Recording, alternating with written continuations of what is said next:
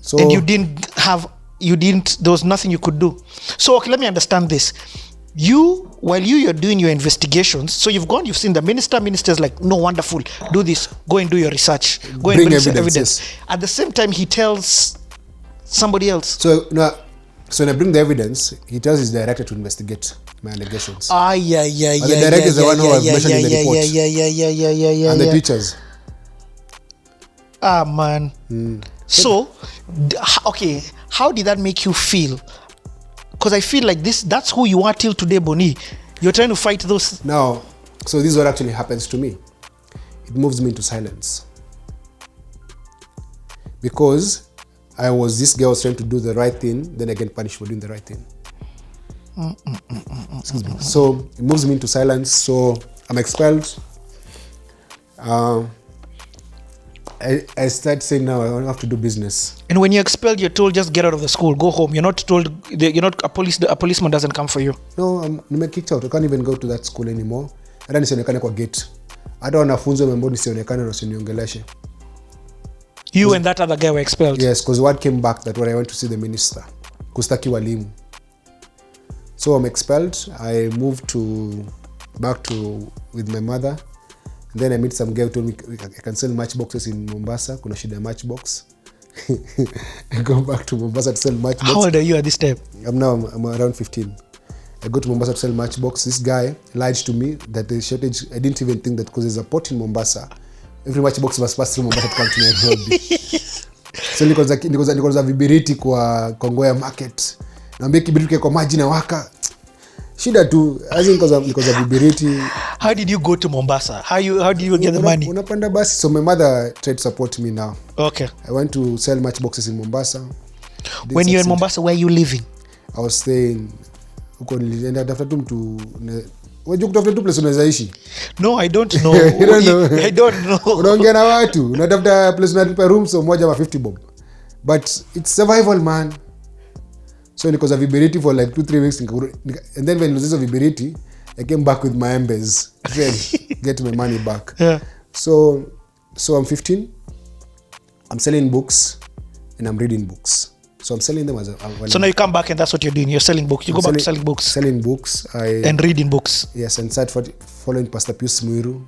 I knew Pastor Pius Mwiru entire sermons because I used to go to his crusades. I traveled this country. Kuna nuru gizani. Kuna fuata Mwiru kila pahali nauza vitabu. Now magazine. So has this become your own business now, or are you selling under him? Under my mother. No, I'm selling under my mom. Trying to help my mother to make money, so I'm selling books. Oh, and you know where Pastor Pius Mwiru is, there'll be large congregations of people. Yes, and then there's a guy found a job with us called Julius Mwelu. Akona fanyanga Julius, not Mwelu is someone else. Julius akonzanga magazine za Maximum Miracle, kulikuwa na Miracle magazine. So selling my Miracle magazine. I'm selling books everywhere. I sell books, I travel. I still get beaten in those crusades because sometimes I argue. Hey bro, we know when I talk about beatings. It's so normal for you. Yeah, wasn't tishana kunichapa. No, I think there's a time I went for a crusade in Makindu. Then I had a fallout with one of those pastors. They had to argue because they had the magazine was selling was called Miracle Magazine, and then Pastor Miss Miro had a Maximum Miracle magazine. So this guy came to beat me up. Akanipiga akaniingiza kichwa ndani katikati ya baiskeli. You know that, yes. That frame. As in, nimechapo na watu. Then sa Nyamakima pia kanjo, mnasumbuana, unashikwa, unatoa. This say, toa nyamo. Nyamo ni hongo. Toa kitu. Give us something. Nyamo unatoa, unahongana. It was just extortion, man. So, you're 15, 16. Yeah, so I'm in the streets, man. So what I did now, there's a guy. Now this will get interesting. So no, it's already interesting, dude. So nimetoka shule. So I used to read the paper. There was a man called Waithaka Waihenya. Waithaka Waihenya alikuwa anaandika page inaitwa Face the Facts. So Pole. I've got to ask this. Are you saved? Are you a Christian? No, niko kwa kanisa ya Kalti ya Madhe. Okay. Sawa. So face the facts. Nikatafuta face the facts, nilikuwa naona nikapiga simu Standard Newsroom. Sasa kuongea na Waithaka Wehenya. That's around now 99. A year after I'm kicked out of school because now they've refused me to go out. So 1999 I called the newspaper, Standard newspaper. Kuongea na Waithaka Wehenya. I go and see Waithaka says, I tell Waithaka, you write this page. Niko na shida, kaniambia kuja unione. Nikaenda Likoni Road, we sat down, I told him my story. He gave me a very young reporter, some young guy called Dennis Galava. So mimi and Dennis Galava tukaenda shule, nikamwambia hii ndio approved school. Unaona venye kunaendelea, hakuna walimu, hizi vitu ndio nilifukuzwa shule. So they published the story in the Standard. The story which they refused to write. The story that I had given the minister. Yes, the minister. Yeah, the face the facts page. Yes. But you know, he used to call Waithaka before he came to the school. I used to call him. He used to call me. I used to call him every month. I call him after 3 weeks. So I call him for like many months before he gave me someone. So I think I said call him in 1998. We get to school to see 1999. Yes. He sees the school. To document. But how did you go into the school? So I went with Galavo on a weekend, and then tukambia sasa ni sawa. Tukatembea shule, tukaangalia akaandika story. The story state of Kabete approved school, something like that. Then they wrote about my story, why I was expelled and why I was expelled for highlighting those things. They kambia wakaandika Sharif Nasir, lest we forget every week. But they forgot, they never replied. Waka ignore. So hiyo story yangu ya masomo ikaishia hapo. Approved school ameniruka, nimeenda kwa gazeti wamepublish story, bado nimerukwa. Yeah. So hiyo 1999. What do you mean the Gazette published the story? Alafu? But minister haku respond. Oh, nothing. He said anta respond. Yes, ndio nakwambia walikuwa wanafanya ngo, there's a place where they say lest we forget. Yes. They forgot. They never replied. So masomo yangu kaishia hapo. So come 2000, so around that time my mother was very sickly. I remember, I think from 98 my mother became very sickly 98, 99, 2000. She's sick. She doesn't go. Then that time, here nowadays they go to church. That time, that church never believed in hospitals. So my mother is sick, but she doesn't go to hospital. Hey, my mother anaenda kuombewa. Anaambiwa kwamba, because when she was working at Kariako, she had business partners from Ukambani. Now these pastors are telling them, ulirogwa na mama Mkamba akakuweka meno ya simba kwa tumbo. So you have a lion tooth in the mouth, ndio inatumanga na unaumwa. So my mother is sick, she doesn't go to OC. She withered from who she was. And you'll see the pictures from that beautiful woman to someone who was very tiny, extremely tiny and small because of the pain and all that. So one time I traveled for crusades. Then when I came back home, I found my mom very sick in the house. She wasn't around. I traveled to go for the crusades. When I came back, I found my mother home and very sickly. And my mother would get so sick. You see now, this is the other thing about poverty and shame. Yani. My mother was so sick and she couldn't leave the house, so she had to pee in a bucket, shit in a bucket, then throw it out at night. It was just shitty. And so she's so sick, but she can't go to the hospital. They're telling her, you know what? You're not sick, you're bewitched. And so when I found her in that state, I went and called my auntie. And my auntie came and said, you have to take her to the hospital. So we hired a car, took her to Kenyatta Hospital. And they looked at her, they did a biopsy. But by the time they did the biopsy and the results came out, my mother died. What? So when the results came out, my mother had liver cancer. It was in its final stages. All this year she had been saying of stomachache. It was liver cancer. But all this time she was told, you have a lion's tooth in your stomach. So she never sought medical help. She never went to hospital. She never used to believe in hospital. She just used to pray for people. And actually the reason why my mother was broke, and she was a very hardworking woman, because my mother educated all her siblings and brought them to Nairobi. All of them. All my mother's siblings today have an education and have a good life because my mother sacrificed her youth to educate them. My mother, religion messed up my mother because now my mother believed I only need to eat, the rest of the time was just evangelize and talk about God and going to heaven and other things. So my mom with us and dies. But along the way, see, I was working with my mother selling books, but now I became like the one who was working more because my mother now was praying more. The sicker she got, the more she prayed. But I only would know if I wish I could have told her to go to the hospital. But you see, in this church, they never believed in hospitals. You don't go to, she's bewitched. Prayers, like even the time, there's no way I found my mother back in the house. She had gone for prayers. They thought she's going to die. They said, let us bring her back. Her family will take care of her. So my mother dies November 22nd, 2000. And she dies, and we go bury her.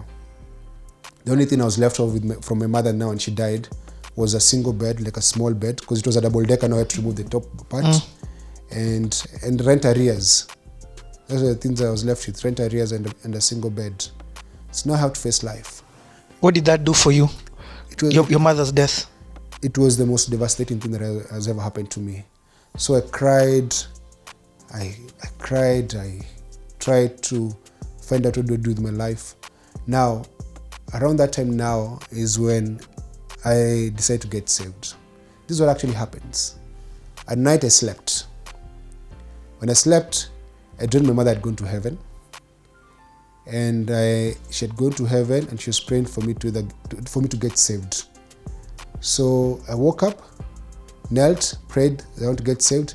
Went looking for one guy that I knew was a Christian. One guy that I knew in town, he used to work, he's called Kim, he used to work in town. He was working in a hotel when I was selling books outside. Because my mother had a place selling books outside a hotel called Mawingu Dishes in Yamakima. So I told Kim, I want to get saved. He took me to the back. Outside there was where they used to change clothes over there. There was a toilet there. People, like this hotel is Yamakima. Hapo nyuma kuna na choo na mamajimaji. Hapo nje tukanashikana mkono kaniombea, and then I got saved. So I had to change churches. So I said, which church do you go to? I said, there's this church. Now that was introduced to Pastor Nimo Rakinyo. I started going to Eagle's Nest Church. I joined Eagle's Nest Church. We're in 2000? No, in 2001, January sasa. Because my mother died in November, so December got saved. But the reason I was getting saved actually, beyond that thing of my mom, dreaming that my mom was going to get saved, was because I was in the hood, man. All my peers were either in drugs, in crime, they were touts. Where their life was going is not where I was seeing my life going. So I knew, now my mother is dead.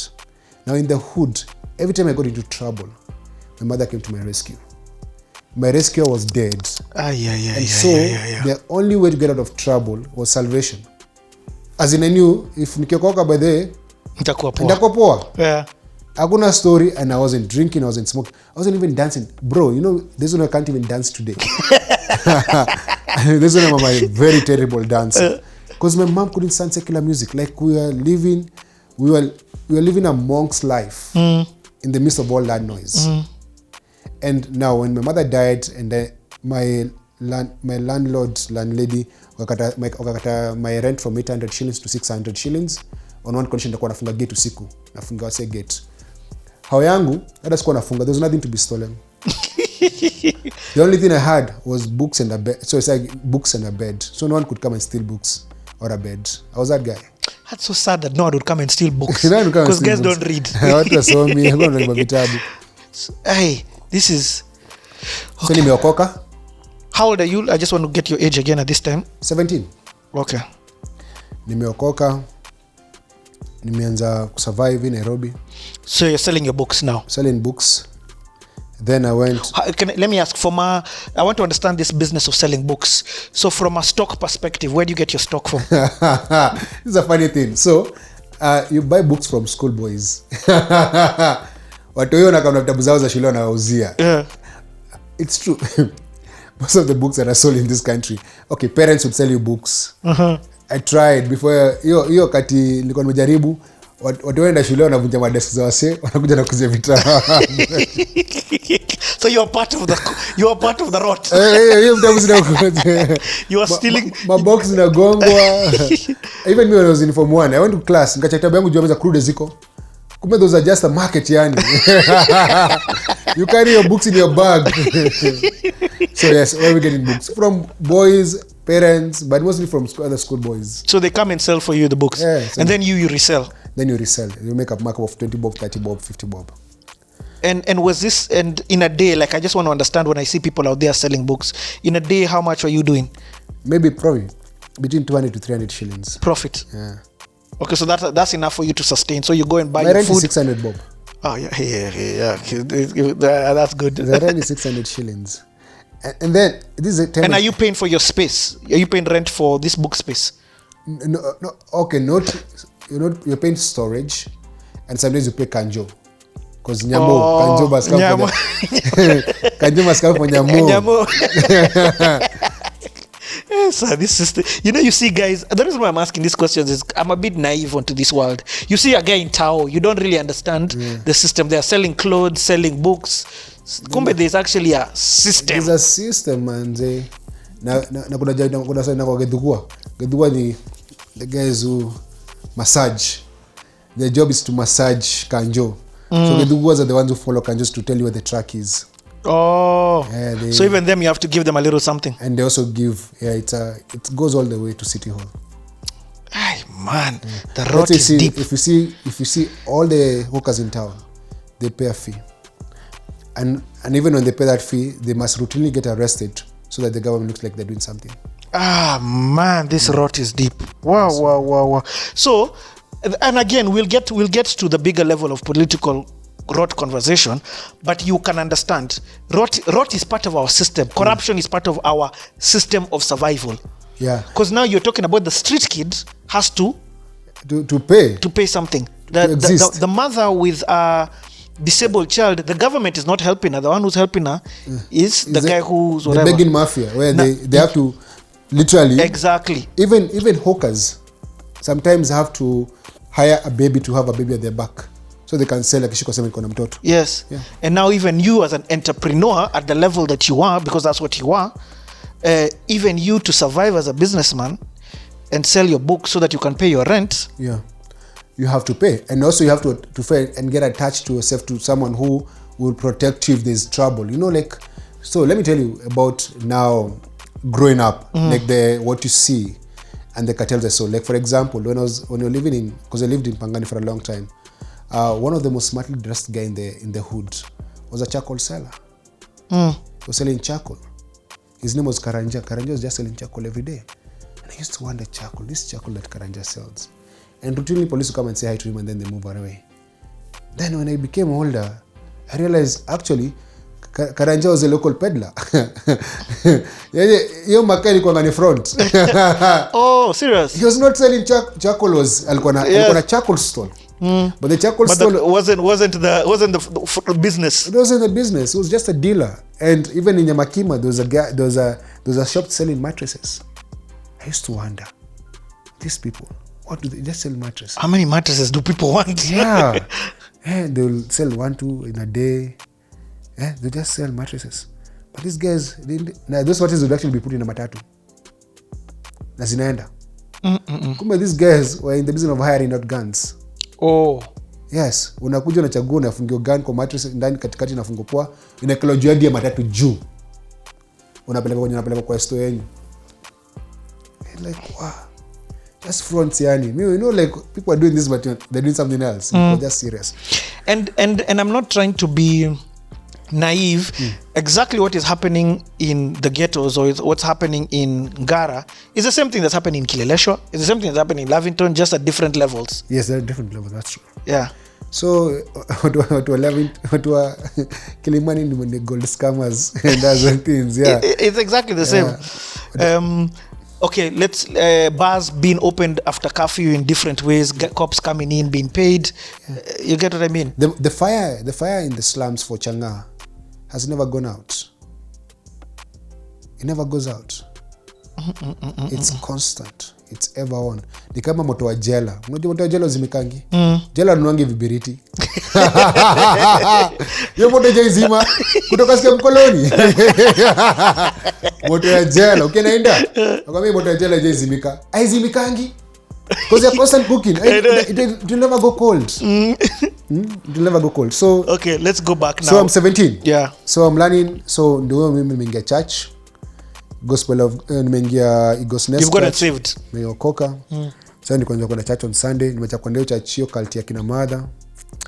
Kuna dem nilikuwa nakatianga, kwenda ngua Joyce. Nilikuwa na like dem sana. So life inaendelea poa. I'm selling books.